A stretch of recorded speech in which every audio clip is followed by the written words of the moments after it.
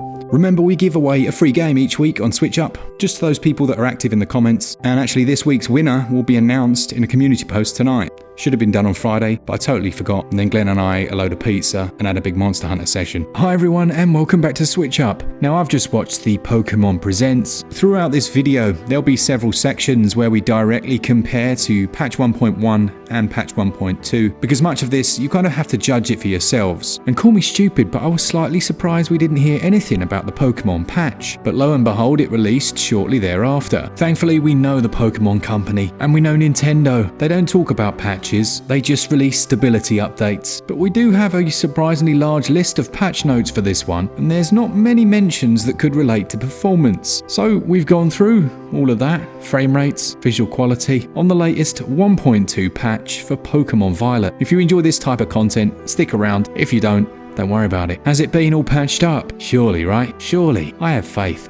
Ay caramba. Let's find out.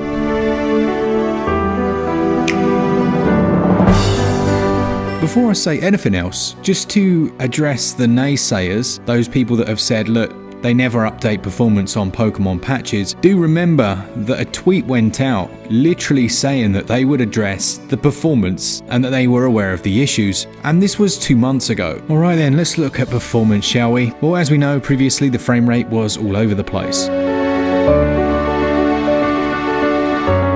It was trying to target 30 FPS and it couldn't maintain it. And how does it hold up now?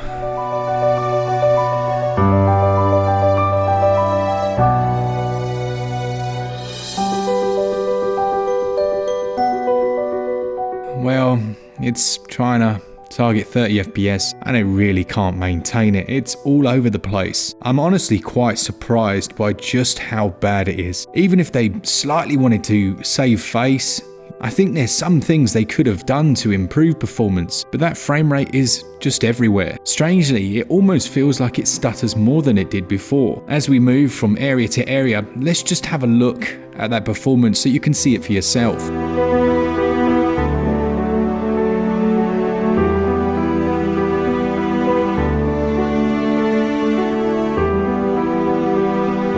Now, we can directly compare some areas to the previous 1.1 patch to see if 1.2 has made any difference, and it really doesn't look like they have done anything, does it? Now, with that said, I was also keen to take a look at image quality. What I thought would happen, and what some of the patch notes alluded to, was that they were going to strip out a load of the Pokemon, reduce the number of people in the cities, so that they could maintain a decent frame rate as well as high level of animation. I say high level. Okay, some animation. It's another area where I'm going to have to use some original footage so we can directly compare those areas.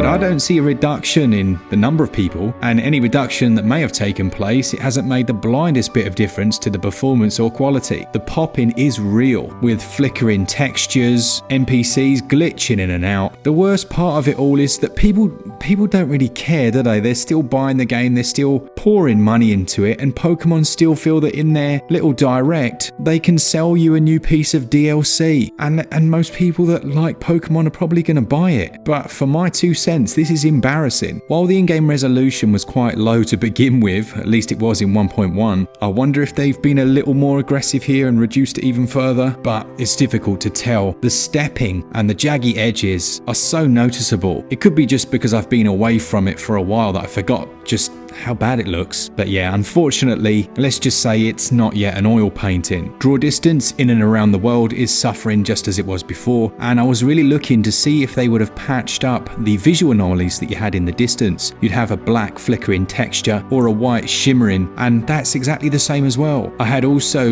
mentioned, at least, that the camera clipping had become a bit of a serious problem for me in certain places. Things like caves where you would pan the camera around, it would very often glitch straight through a wall, and lo and behold, it glitches straight through the walls. Someone in the comments again was arguing that this happens in all 3D games. I'm not so sure about that. Jumping over to handheld then. Previously, I'd mentioned that I thought that the frame pacing was better when playing in handheld mode. I don't know whether I was just lucky or whether a reload of the game meant that memory leak or supposed memory leak was fixed, but continuing playing after I've just captured all of the footage, the frame pacing is just as bad as in docked mode. There's a lot of discussion online about just how difficult it can be to fix memory leaks. This isn't a case of knowing exactly where to go to target that, and I've got to be honest, it doesn't feel like that's been fixed at all. When you reload, you will notice it feels slightly smoother. If it does remain, it's going to mean that those people that suffer from crashes, you're still going to have to be acutely aware that a reload every so often is probably your best bet. A ridiculous statement really, but I was slightly concerned when I saw a comment online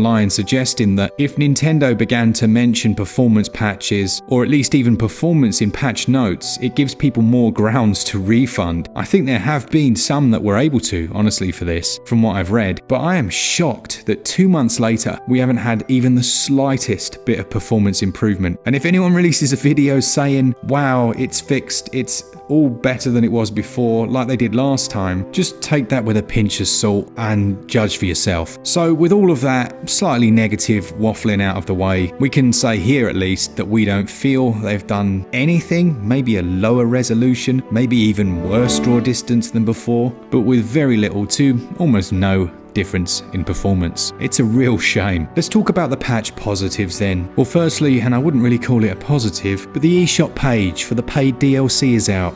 So, yay for that. What is better though is that the online and friendly competitions are now live in the Battle Stadium, as well as the online competition Paldea Prologue is now enterable. So if you're interested in that, you can go and sign up. You can also now connect your game to Pokemon Go. The effect of that, well, you're going to have to let me know. It's been a long time since I actually logged onto my Pokemon Go account. They've added in a load of functionality to the Pokemon boxes, which I'm not going to read. It's all on the screen as you can see at the moment, but little tweaks like being able to swap out held items are certainly a welcome change. They've done a load of bug fixes for bugs in the Terra raid battles. Again, if you haven't seen these, I'll pop a link to them in the top pinned comment or the description, but there's various quite big bugs that they've managed to get rid of, as well as lots that relate to the battling mechanics. Their other fixes page does mention that they've basically fixed a crashing issue, but that's what I was talking about before with the memory leaks. I say leaks because if it was just one, surely the performance wouldn't still degrade over time. But either way, if there are less crashes, then that's a good thing, but that kind of remains to be seen after some extensive play sessions.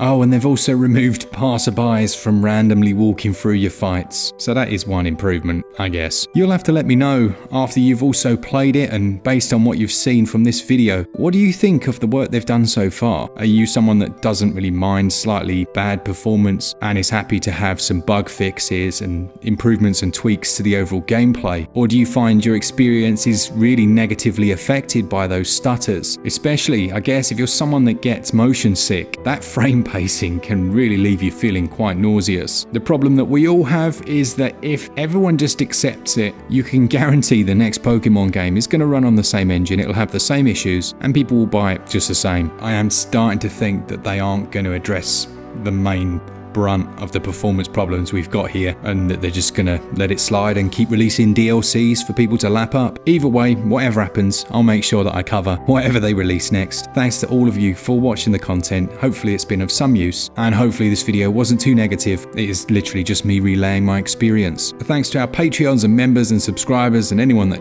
has watched the channel from time to time. If you enjoy it, then consider sticking around and save yourself 5% on any of your eShop vouchers using code SwitchUp over at switchup.gg. For all things Switch, all the time, keep it Switch Up. Cheers guys, see ya!